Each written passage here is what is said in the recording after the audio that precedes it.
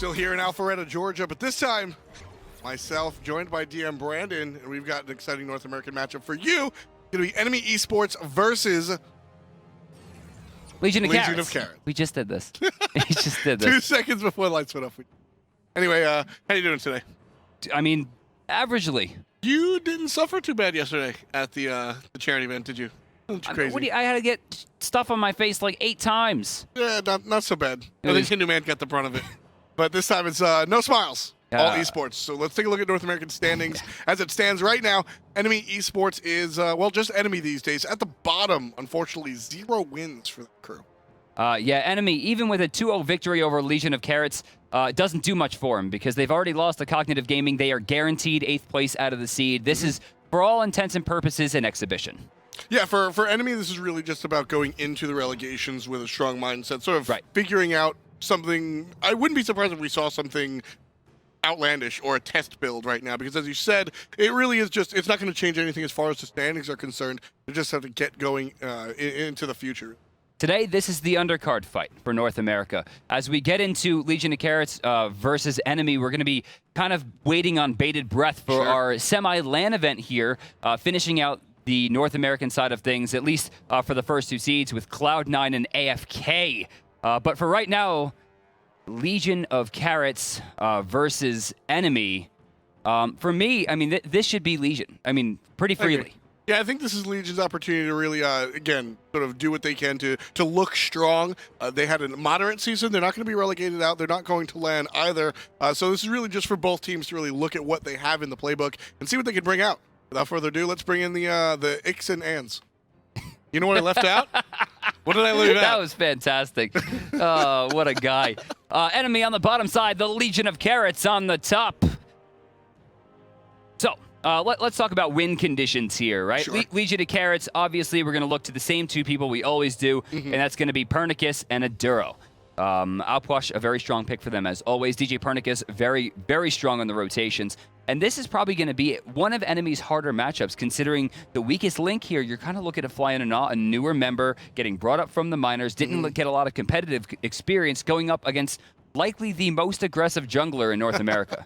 DJ Pernicus is definitely one of the more aggressive players, and even still with that aggressive mindset, he tends to play some of these sort of, I don't want to say support, but these thicker setup-oriented gods, which is why you see on the bottom side Enemy ban out Odin. That's a very popular for DJ Pernicus and his thought process, really. So, Sylvanus is open and Odin is banned. For me, that looks like a pretty open pick. Yeah, they're going to grab it. With Athena banned, they can't grab that coveted Athena Medusa. Also, remember, Panda Cat actually subbed out today. Oh, right. Instead of Panda Cat, the player that's really made a name for himself in 1v1 scenarios in that Hunter role, we're actually going to see Fatal go ahead and take over. He's a player that I know a little bit from the rank queue, but not overwhelmingly a lot about. And that said, really no SPL experience for him. Which is going to be rough. I mean, Panda Cat, to me, decent. Has had a extremely difficult time playing against the big names. You're looking at players like Snoopy, Barracuda, Allied. But outside of those 3, Brandon has always done pretty well. Really done well. Maybe not Madman Mark. Madman Mark's on, in my opinion, on that level in North America. But Panda Cat has always been kind of below that. So a lot of what made that lane good to me was that Pain and Panda worked very well together. So I don't know if there will be a skill increase or decrease for the sub, but the chemistry, there's no way it's going to be as strong, because that was a real highlight for Legion of Carrots. I'm with you on that. I will say that Pain Deviant is one of the players that I would rather have if I'm swapping out a Hunter. I think Pain meshes well with the majority of players, so I definitely agree on the fact that there's going to be a chemistry mismatch as opposed to when he had Panda Cat on the roster, but Pain tends to really work well with other players in general, so I think that they're going to suffer, but not as much as if it would have been a different player. So on the bottom side, Kuang going to get locked in.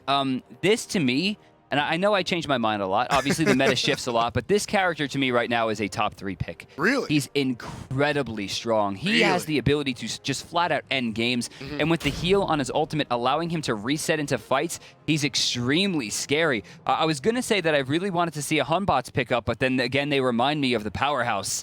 So I like this. Geb gets locked in on the top side. We're going to go back into bans. You know, I like what Legion of Carrots has going here right now. Thor, Isis, Geb. These characters are going to really deny any sort of counter initiation onto an objective, which is interesting because that winds up being tanky in a sort of off-brand type of way, which allows which sort of disallows Kuang from taking advantage. A lot of times you'll see just lineups of the objective secure as well. We just have a Hercules and a Sobek and a this time around, Kuang's execute will surely go on the Geb for now, but they're kind of thin. Yeah, Bologna's going to get banned out from Legion of Carrots. A pretty obvious ban. Pretty even maybe surprised to see her get through as far as possible. Usually we see her picked up pretty early on. Option coming out from enemy, it's going to be Apollo, a hunter who's come back into popularity over the past couple weeks. Incredible level 2 to level 4 damage. Still one of the best split pushers in the game. Forces you to play a much different late game conquest, and not many gods hold that title. He's also very, very safe. hi-rez has called him sort of the intent of this character is sort of to be an escape artist. So when you have an uninitiated sort of rookie in your roster, Fatal taking the place of Pandacat once again, Apollo's a very safe pick to go ahead and give him. Instead, Legion of Carrots with Apollo banned out, we'll go ahead and choose Medusa, who also has that slither is very, very long. What we're also going to remember, we're going to see huge lane clear coming out from Medusa, whereas Geb lacks in that function. So the early game for Geb will be augmented by the fact that Medusa can get him through it. So they're really looking to aim towards the mid-game, later stages of the mid or end game for this, and I really love that draft. Bottom side, Poseidon going to be picked up. Usually a curious pickup when there's Geb, Stone Shield negating a lot of what makes Poseidon very strong. He's going to have to be on the mark because realistically, they're looking at a lot of auto attack damage between Kuang and Xbalanque. They're going to finish up with a very safe pick of Tier, and this is very smart because with counter pick and solo belonging to Legion of Carrots, he's picking a character that doesn't lose any matchups. He's just a very vanilla character that will get him through the laning phase and provide enough CC in the end game to keep him powerful. Now, what you said about the Geb with the Stone Shield working against Poseidon, it can also work against what Tier wants to do as well, sort of stopping the Fearless without having the benefit of beads or magi. So they do have to watch, so enemy does have to watch out for that Geb Stone Shield, but as you said, there's a number of players on the side of enemy that are going to not necessarily bait out, but warrant the use of that Stone Shield. So Tier, as long as this Tier player, who's most likely going to be awesome to the max, as long as we see him be careful about who that Stone Shield has been used on already, and the cooldown of it should see a successful game. You know, I also didn't mention, I always talk about that I'm a big solo lane fan. Two of my favorite solo lane players in the world, Plaid Girl and Awesome to the Max, going to be going at it today. This is fun. I've actually played a lot with these two. And they're always very interesting. They tend to follow the meta that Divios and Cyclone and Omega make for them, but they always do it very well, and they always do it in their style, which is not something we usually see. When a team is considered weaker, generally they just follow the paces. Legion of Carrots doesn't do that at all. They're always playing their own game. Very true. And same thing for Awesome to the Max. He was benched for a little while, but he's back. He's going to be super strong, and I love the combos here. Pernicus really playing to his strengths of being able to rotate quickly with Thor. Kuang picked up here for Flying or Not. Now, we talked about the fact that Flying or Not hasn't had a great positive effect in a lot of these games, giving him one of the most damaging characters in the game, and a character who's extremely hard to get away from should play to their benefit, especially when coupled with Tier, who shouldn't find himself in too much trouble even on gank attempts. Whereas his weapons, is actually going to be subbing in for Awesome to the Max, is going to be having pretty much the same route. Awesome to the Max on the side of enemy Esports plays a very good Tier. A very, very strong Tier player right here. So I've watched this character, Awesome, really play throughout the Challenger Cup and come up. And sort of like what you said, I want to piggyback off of what you said about these players. Sort of, they follow the meta, they follow the path, but they don't go in the direct footsteps, which we see different builds come out from these characters, and it's really fun. And Words as Weapons, as you just mentioned, has really sort of made a name for himself very recently. That was It was one auto attack off from being perfect. You actually saw Chris Pocket miss one hit. Otherwise, that was a flawless attempt. That one extra auto attack might have gotten Poseidon there at the same time as Chaos side, a little bit slower on the side of Legion of Carrots, and that spells a lot for me when you watch them come into the lane this way, because that means enemy is practicing things that are in their control, and that's making sure the early game is as flawless as possible.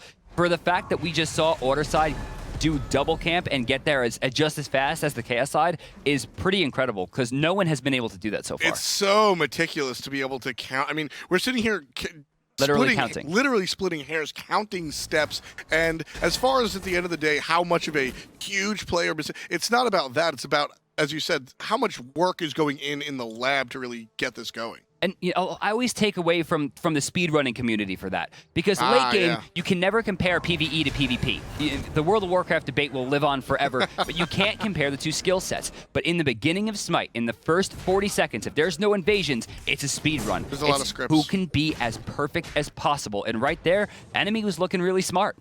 Yeah, definitely just shows me how much attention they're playing in the lab, as we said. And also, awesome. the Max has a couple of minions. He's taking damage out. here. Because of that, he's only level 4.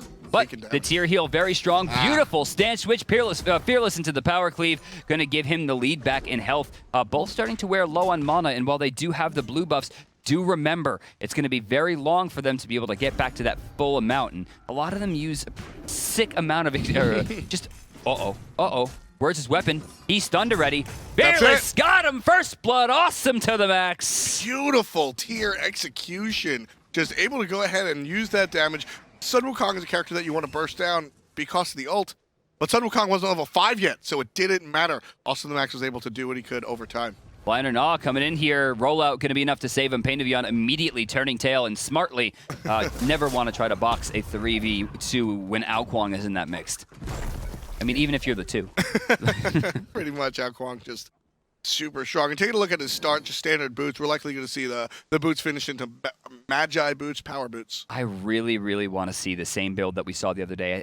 I liked it. With the Polynomicon third item. Was it adapting? It was adapting. Yeah, went Shoes of the Magi, do more, Polynomicon, and just Lord help anyone he went near. Yeah, the burst damage was a little too much. Left-hand side, those mid-camps look like they went to enemy. Hold on, they were split. Pain's we'll confirm that, but there's a great grab from the Sylvanus and Pain to Beyond, as you said. Jeremy is going to go ahead and grab the second kill for enemy very cleanly. I don't know about all that. I don't think they needed that crack in there. Jeremy wants to confirm it, though. Wants to make sure they get the kill and keep that early lead. Beautiful Whirlpool. Going to force weapons to the sky. Austin to the max, keeping him locked down. If he would have... Oh. My heart just stopped because I thought he was going to ult the decoy. Because he went right up on him. Nope, not quite going to burn that execute on the decoy. My PTSD from ranked is setting in. What, you did that recently? No, just, I mean, like, you get teammates who, like, come in to gank the Sun Wukong, and they're like, go, go, go, and they hit the decoy, and you're sitting there like, I probably could have told him I've been there as a Thanatos in the air, and you just see both the decoy and the player basic attacking. What do you do? What do you do? And the real Wukong can't do anything besides basic attack, otherwise he gives himself away. So you sit there, and you wait for him to use an ability. As soon as he does, you land. Low mana coming out from tier. Should be safe to escape. Words of Weapon running out as well. Vdium by himself over here on the left side. Pain taking to the jungle. Red and purple going to be respawning on both sides there. Vdium taking a lot of damage, keeping them off the tower. Strange, but he's getting close. No, actually does have now enough gold to finish up the Transcendence. He wants to finish up the Transcendence, and they have a gold lead. Both will, actually. Yeah, they have, enemy has a gold lead at the moment, very, very small one, just 1,000, because of the 2 kills that they possess, both First Blood and the second one. And as I said, I think they wound up splitting those mid-camps. So because of that, just want to hold on to it as much as possible. Words' Weapons is in a bad spot here. Doesn't have access to his blue buff right now. Health not full. Doesn't have enough for more than one spell. So you see DJ Pernicus rotate over before taking his jungle to make sure that they can push the next wave. That's the big one. The one after this? Yeah, they want to be able to push this one right here. Jeremy's going to go ahead and rotate to the left-hand side just to pick up the red buff. Really no threat anywhere near here from Legion of Carrots. With only 50 seconds left, you're not going to see any hog uses or anything like that. Jeremy didn't pick up the red buff, and then he doubled back to pick it up and then decided against it, and now he's going to go back for it. No, he's maximizing the time he has red buff in the middle lane. No, stop it. That was... Please. Ugh. That's the worst feeling in the world when you try to pick up a buff and you miss it, and then you're like, I don't know what to do. Yep. It's like 8 seconds that I have to spend to get this buff now. But he still gets the lane, it looks like, without losing a single creep, so no foul. No harm. There was a foul. There was a foul. Party foul, not a real foul. Jerem's he's gonna pick up these right camps. Okay, he will split this one with the jungler flying or not. Onto the max as we check in with the solo lane, looking very, very clean right now. About 70% mana, life bar full of HP, forcing his opponent back. Yeah, Words' Weapons is going to be forced into teleport here. If he doesn't buy it, probably going to lose most of the health in that tower. No, he's actually going to walk this one out. I don't think Tyr can take the tower, but he can come pretty damn close. And right now, we'll see the left-hand Harpies spawn. Both players are here. Initiate from Geb, followed up by a great Spirit Ball. Jeremy is toasted. They're trying There's two for it, members though. still here, but Chris Pocket has his friend Isis as well. He's going to see Kuang trying to get in there. Just take it, and he does. Going to be a 1-for-1 so far. Aduro very low, going to be taken down. Awesome to the max in the mix. Power Cleave not going to hit there. Might have used it a little bit earlier. Fatal and Pernicus will get out, but that's going to be a 2-for-1 in favor of enemy. And there looks like they're going to get both camps as well. Great knockup from Mords' weapons right there.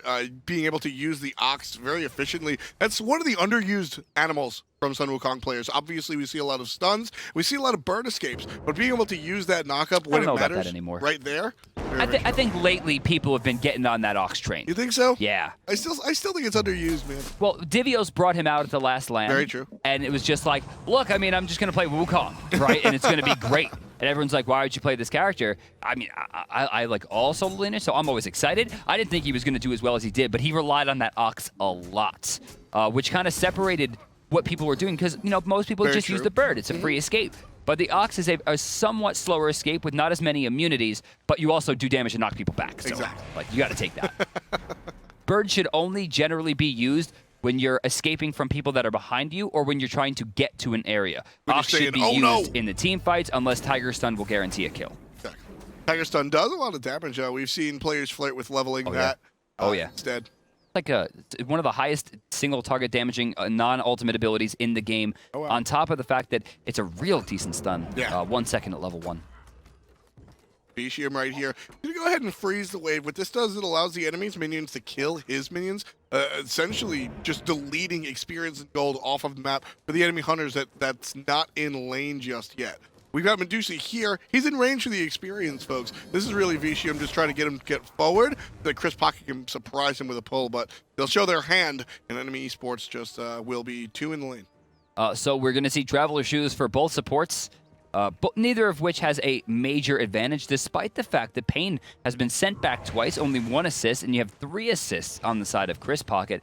So he's been trying to give some of that experience and gold away to Evidium, but again, not working out for them as it should have. He has a 200 gold advantage over 3 assists, but Medusa with nothing is still sitting extremely healthy. So it looks like they're maybe not getting the level of rotation necessary or not getting that level of farm that they're going to need. Legion of Carrots somehow keeping up in that lane, not to mention they're using a sub. Yeah, the sub is one of the more interesting parts. I do like the rotation in. Geb Cataclysm will miss. Thor is in the air, landing on his teammate. Going to be a lot of whiffs on the side of Legion of Carrots. Very, very close. I'm not entirely sure why we saw that Kraken go off. Circular protection to mitigate the damage. TJ Pernicus will get healed up a little bit and walk away from it. But Jerby really throwing away any potential at team fight over on the left mid. Is going to be spawning within a minute. Really questionable use of that Kraken. The fight was over. There was no setup to really lock it in, and it was used on the tank. Very, very questionable And situation. It wasn't like a panic, right? He wasn't in any danger. He wasn't defending a teammate. He was just kind of like, I have a monster. Had to have been expecting a follow-up from teammates, I would say. I realize that's not a solo play you would expect of. My issue is, where was the follow-up, though? Yeah. I mean, even if the support came over, that wasn't a kill. Kuang was already pushed away with no beads, and then the solo and Hunter were on their lanes. Well, we do have 3 members here from enemy Esports, so that should give them the left-hand Phoenix Harpies. They do get it. And right now, Pain Devion stuck in a bad place. Flying or not will get the kill, but DJ Pernicus follows it right up with Thor. Stun will hit Chris Pocket. That's about it. And Vicium showing up, throwing those bolas, and just a single player stops the push from Legion of Carrots. Well, generally, Legion should have lost that fight almost outright. Sure. The cardinal sin against Medusa was committed. 3 players staring down the barrel of a stone gaze gun, and they're going to get caught big time. Right-hand Harpies seem to have been all but forgotten. Enemy picks them up for free. So here's something. We have 2 Talon trinkets on the board right now on the side of Legion. Now, it's guaranteed that we're going to see at least 1 Bancrofts. Right. One of them, however, should be by Pythagorum's Peace. Now, either one will wind up working a pretty large benefit to it. Hard to say which one. It looks like Jerby's going to be the one to take the Bancroft. Not quite what I expected. I was expecting him to grab the Pyth. But I would expect that it's not going to be double Bancrofts. They want to get that aura online, try to maximize the damage. Because if one player's building Bancrofts, you're going to want that person to swing as hard as possible. I don't know. Using that teleport really, really well to get out of trouble right there in the mid lane. He's level 11, but so is the Thor. It's just such a good move. It is. The fact that it does damage really surprised him. And not to mention, like, it's instant. When you cast a teleport with Thor, you have to wait a little bit. Yep. Like, you have to throw it out. They can see which way you're looking. Kuang's just like, I'm gone. Yeah. Even jumps have a wind-up time. You can stop it on her and jump. You can follow it. Yeah.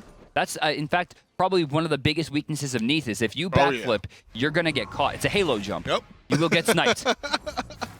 There's a big target where you land a la Evel Knievel, just wait for a Kraken or something.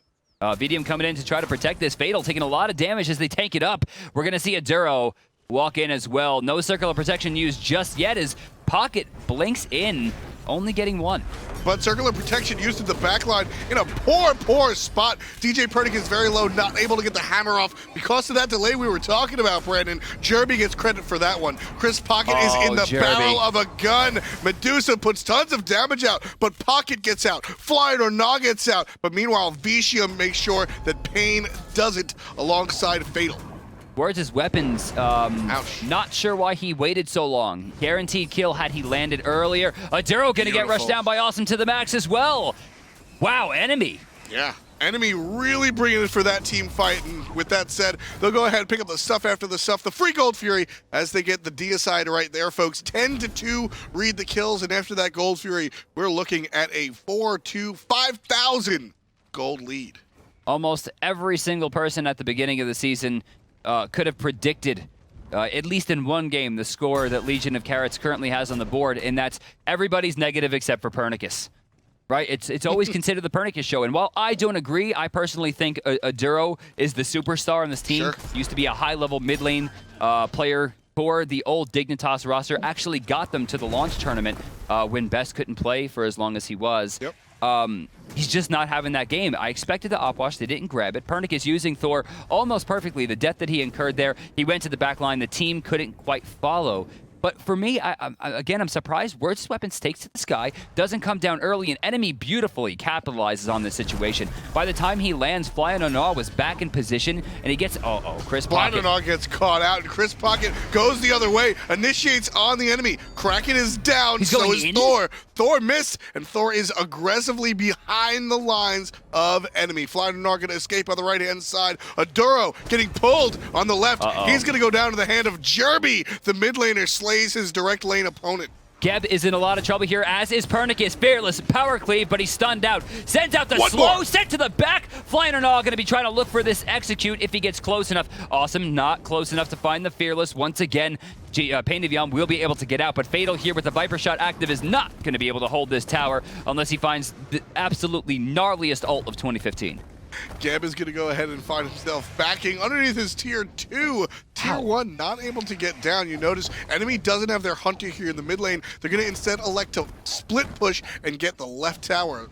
Chris Pocket full health opts not to tank the tower to finish it up. It's going to take them another wave here to do this. So this is going to set them behind just a little bit in terms of farm timing, but they're still going to be able to get it. They're going to be able to get it, but it might be not this time around. Also worth noting, Medusa, Fatal, able to get to lane in time enough to push Vicium off this tower. Now, how? The dual lane tower is a sneeze away. It's a single basic away, even from the mage, but it is still up. Which is good because they can't afford to drop any more gold at this point. In fact, let's take a look at the graphs and see how things are shaping up. Enemy with a 6,000 gold lead, showing signs of life as a roster. And again, we go back to the analysis we have of Legion of Carrots last week. They, above any other team right now, in maybe except for upcoming stars, has the ability to play up to their opponents. But unfortunately, their biggest weakness is also playing down. And while they're definitely the more skilled version, as the stats would show, Enemy is just dominating them right now. Enemy's doing a lot of things right. A lot of it coming out from this tier play of Awesome to the max. Double spear. Ooh. Coming out on the left side here. I'm not sure. Now, they could stack them up together, but they don't stack on top of each other. It's just like, it's the magical version of Executioner, essentially. Right. They don't stack with one another. So the idea here is that Kuang and Jerby aren't going to be looking at the same target, which is one sort of thought process, or they just want to be involved by themselves. Right. But Spear also having a very low damage number on it. I think it's 40. Don't hold me to that. Don't play mages. They're ridiculous. Magic is nonsense. They're gonna. Except for Harry Potter. I like Harry Potter. I'll stop that. Expelliarmus. As he throws his phone. But the spear here is not going to grant a lot of late game potential to Flying. Jerby going to get a lot of damage off, but you should note that one Awesome. There's Awesome to the Pain's in max. a lot of trouble here. Pushing Pain Beyond into the brunt of the Kraken damage. That's what we're talking about. Flying or not, getting low, but he takes to the sky. Vician picks up the kill. He still gets the heal anyway and turns into the dragon. Dives back in the back line, throws out. Triple kill for Xbalanque. Finding a fourth quadra kill for Xbalanque. VDM putting 4 stacks to good use, and they'll turn their sights to the Fire Giant. All hands on deck for this Fire Giant. We're going to see a single member fly in Awesome to the Max go ahead and zone, but everyone else immediately, there was no thought process, turns directly to Fire Giant one more time, just really fantastically. There's no option selects here, Brandon. There's no baiting. There's no maybe we can get it fast enough and they won't notice. This is straight up, we're going to kill the enemy team to open the window and get the objectives. You know, we always talk about builds. We always talk about what's going to be strongest, what might put them behind. You know, the fact that the spears aren't going to stack, but they can still utilize them well if they're picking separate targets, right? Things like that matter a lot when two teams are extremely even in gold and even in experience, and you need that little bit of DPS to help you out. When the case is 16-2 with a Fire Giant around the waist, it's that they could have just sold their items and they're going to be in a good spot. Very well said. Blink is still on cooldown for 9 seconds. So because of that, we're going to go ahead and see Medusa Fatal be safe. That was in blink range of the tier. This is that bait we were talking about, though. Painivion trying to find something, trying to get in there and stop this Gold Fury. They don't even need it. Enemy is taking it at this point because they just want to put themselves in a position to make sure they don't take the lead back. Enemy isn't in the lead very often this split. Pain to Beyond being kept in combat by Austin Max. This is very important, folks. Can't blink while you're in combat, preventing that blink steal. Xbalanque ultimate is out. Before anything starts, Pain falls to Jerby damage. Flipping in is awesome while DJ Pernicus finds his way landing on the backside with Chris Pocket in the sights. Jerby gets a double kill on the backside. Poseidon being so strong. Pernicus got nowhere to go. That's Flying looking like or F6 not, territory. it's going to take him out. All the while, Gold Fury goes the way of blue. Enemy looking very strong, not looking like a zero-win team at all. This is the first time Flying or Not has shown up, and he's not just getting lucky kills. His choices have been incredible. In the last 2 fights, he had 2 execute chances, didn't take either one. He was high health, didn't need the kill instantaneously, saves the ult, takes them out, and then DJ Pernicus gets in the backline, starts doing damage, uses the ult and a non-execute factor to send him away, stop the Berserker Barrage, keep his team safe in the backline, while the front line continues to body. Jerby finding a big kill, enemy up 13,000 gold right now, a little bit shy, or now getting down to 12 as they lose that tower and some farm, but still, this is their first major lead since the first game against Cloud9. And not just a major league, Brendan, they look really good. Yeah. They just look really strong today. They're making all the correct choices. They're making them in an orderly fashion, and they seem to be on the same page, which in 7 weeks of play in the summer split, that's been the standout issue to me with this roster. Enemy. They just don't seem to be on the same page. We see a lot of disjointed combos. Not the case today. I'm very surprised that we didn't see Legion take the loss for this game already and not frustrate themselves, because the longer this goes on and the small glimmers of hope that they might cling to are only going to hurt their mentality for game 2. It's a very common theme that we see happen in just all esports, all sports around the globe. And Legion also has been a team that we've seen utilize the surrender to their advantage. We've seen them cut their losses and go ahead and move forward. And it never really seems like a salty surrender. It's like, this game's over, let's run it back and see how it goes. Right. Legion definitely one of the teams quicker to the surrender button than most. So this time around, very curious. Maybe they think they can outdo them in one team fight, because as this game goes longer and longer, Brandon, this gold difference will matter less and less. Also, Chris Pocket with the literal perfect score here on a support of 0-0-16. 4/5 of the kills he's been a part of without taking a single one from his carries, without incurring a single death. Very interesting initiation and counter initiation from both of these teams as enemies trying to get the mid lane down. So we're going to see Geb ultimate down. Meanwhile, on the left-hand side, all the ultimates are still alive. Wrath of Terra's the big one. That's the initiation and the aggression that enemy needs. One more time, DJ Pernicus falling on the backside, trying to get the power hitters to stop standing still. Enemy going to take 2 kills already, but returned from Legion. No, it's not going to be enough. They found 3 already. Ouch. Where's weapons trying to escape here? It looks like overall it will be a semi-successful defense as they will take the Phoenix, but they lose 2 in the process. But honestly, at the end of the day, it's not going to hurt them too much. The Fire Giants coming up in about 40 seconds here, which should give them enough time to backspend, regroup, and get ready to fight. And with no Doom Orb on Jeremy right there, it's just a matter of the timeout. That's the only thing that's keeping him down. So the 2 deaths are gonna be a bad look for enemy. They can't clean out all the Phoenixes, Brandon, but definitely could have been a better look for the aggressor. So Legion of Carrots not necessarily winning that engagement, but not losing nearly as hard as they could.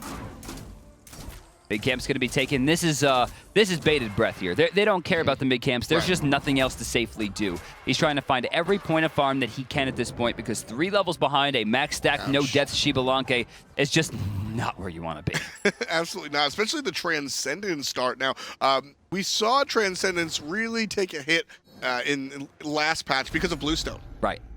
There was just a lot of mana return right there. Flying choosing his Speaking of hunter builds here, as Flying Gnaw is able to escape, the difference in gold right now is level 1 beads for the hunters compared to level 3 beads, level 3 sprints, and a hidden dagger. Yeah, and a little crit stick. There you go. Yeah, that's a lot of gold. That's a lot of gold. And it's used so well. I mean, he could get extra damage, right? Yep. But if he missed 2 of his auto attacks and Medusa didn't, the damage was just straight up even. Right. By buying into these actives, instead of waiting until he needed them, quote unquote, he's putting himself in a position of power. Xbalanque ultimate out, and they're going to isolate Pain to Beyond all by himself. That's a total of 4 seconds. Beautiful use of the execute on the thick character. One more time, DJ Pernitus will get the stun. He'll get the double kill on Avicium. Fatal gonna go down here. Beautiful wall by DJ Pernicus, actually stopping Vidium and forcing him to tank the Fire Giant to help him up. Oh man, what a play. I mean, there's no way he's getting out of this, but like, damn, that was good. DJ, unfortunately for him, he's going to go ahead and fall one more time. And this right here, enemy not even looking. Nope, they decided to come back. They're going to go ahead and focus onto the Fire Giant.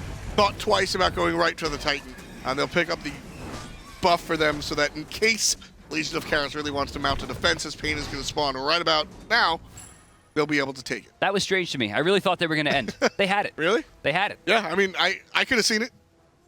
They definitely had it. But they want to play it safe.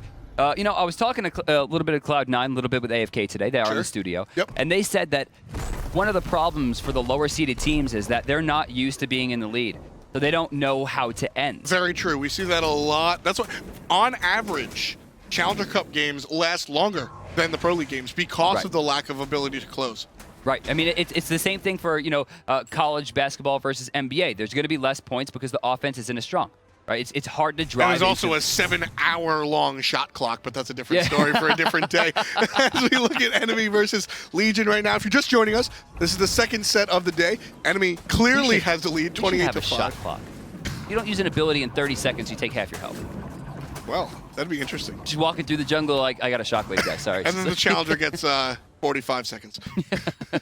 Enemy Esports significantly in the lead. Don't forget, guys, this is the second set of the day. The third set will be live here at hi-rez Studios featuring the 2 top teams from North America, AFK versus Cloud9. So you don't want to miss that. Right now, though, Enemy Legion, Enemy severely in the lead of game 1 of a 2-game set. Going into the left side, Phoenix, mid Phoenix already down, Fire Minions split pushing, forcing out defense from DJ Pernicus. We're looking at the initiation here. They're waiting for the creeps. We're expecting it to go, and Chris Pocket goes in early, only finding a Duro. Flying not taking a lot of damage. He doesn't find the ultimate.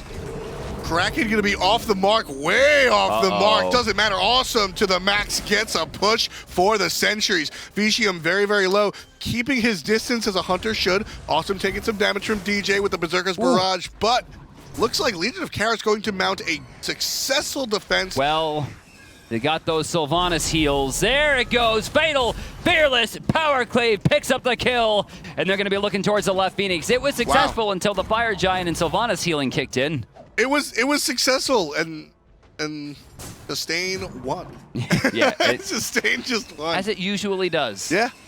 Right side Phoenix, it looks like they're not done yet. 3v4 as they push in. Awesome to the max. Fearless Lee moving in, looking for the big combo.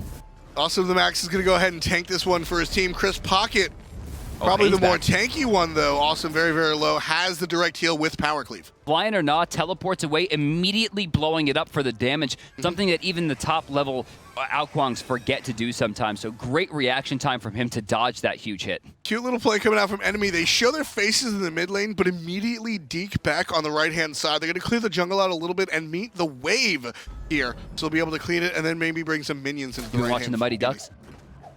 With the flying V? No, man, you said deke. Deke, yes. You got to get that triple deke. Be careful on your right side. Yeah, I mean, you got to deke. Julie the cat Duck, Gaffney. dodge, deke, do. Nope, wrong movie. All right. Hate that guy. Ben Stiller and his orange steel or whatever. What? What? Ben Stiller. Ben- Hate him, Ben- dude. Yeah. I hate him. Oh my god. Pushing it to the right Phoenix again in a 4v5 here. You're actually going to see DJ Pernicus take to the mid lane to try to hold down these fire minions. He's got to be careful here. Both Phoenixes on the left side have already been taken. They have a long time before they're coming up. With Jerby rejoining the fight here and all 5 ultimates available on both sides, Well, it's going to be up to the better initiate. DJ's routinely been ulting on the backhand side, so he'll be able to make it out. Vicium pops the ultimate early, which allows his team to go ahead and get in. Pain to Beyond taking so much damage, and there it is. DJ Pernicus on the backhand side. That's why Jerby's been saving the Kraken each and every time. Drops it this time, picks up 2. I think that might be enough. They're going to find 2 already. Fatal doesn't really have the damage to lock down someone as tanky as Awesome to the Max, who somehow has made it through that fight at almost full health, which Power is cleave, power kind cleave, of power cleave, nonsense. power cleave. Jerby's still sitting pretty, flying or not, able to push it down. Pain to Beyond actually lives through the fight for the first time since the beginning, but not enough defense. Enemy with their first win of the split. Folks, congratulations to the enemy. Go ahead and picking up their first win very, very strongly. They didn't sneak a win. They didn't accidentally win. They didn't get a win off of mistakes. They just earned it. Right. It wasn't like, and I'm not trying to call it a mistake, but it wasn't like the Cloud9 Titan game, Sure. right, where they dived the Phoenix, wiped, and then rushed the base down. Enemy controlled that game from first blood onward. Oh, yeah. First blood, second blood, even third blood. Securing some of the early mid camps as I well. think they actually took this. But look at Awesome to the Max here. Words as weapons, trying to bait him out. Clears the wave pretty early, but Awesome really holding this one down. It was a massive bait play front to back, and this really should have belonged to Words. He put himself in melee range, and I really like the way he tried to block for the minion to increase the damage, but out of nowhere, it's just a fearless power cleave out of the stand switch, and then he baits back. He's just like thinking that Wukong's going to be able to hold this one. So Awesome to the Max is thinking this one's free right now. So he pushes it back, gets it to level 5 here in just a second, right off the kill, and just beautifully baits him back. Stand switch comes in, power cleave comboed into the fearless, gets the kill. A big part of what makes Sun Wukong is the ultimate. And before level 5, you don't have one. So not able to really have that extra life that we talk about with Sun Wukong. So a little bit of problematic stuff right there for the solo laner of Legion of Carrots. We do have the map control for you coming up on the screen. Enemy Esports on the left-hand side, 60% to Legion's 40. It looks like every single camp went in their favor, except for back camps were tied, so they didn't really try to make too many plays there, winding up getting the same amount overall, but they got the big ones. 3 out of 3 golds, 2 out of 2 fire giants. And I mean, even if you take a look into Legion of Carrots jungle, you see bits of blue in all of those pies. There's at least a slice of blue in those back camps, as you said, at the red and the orange buff, at the blue and the purple buff. Every single camp on this map has some sort of blue in it. So enemy Esports being all over the map. With that, there's one more game to go in this set. Jerby actually getting player of the game here. Yeah. Most of those Krakens on point, 10-3-17. Yeah, one of the cooler things here from Jerby was the adjustment that we saw from the mid laner for enemy. 10-3 and 17, great slash line, but here we saw one Kraken miss early on, and that was, well, besides the questionable one that went on in the mid lane, we saw one Kraken miss, Brandon, and it was in the back line.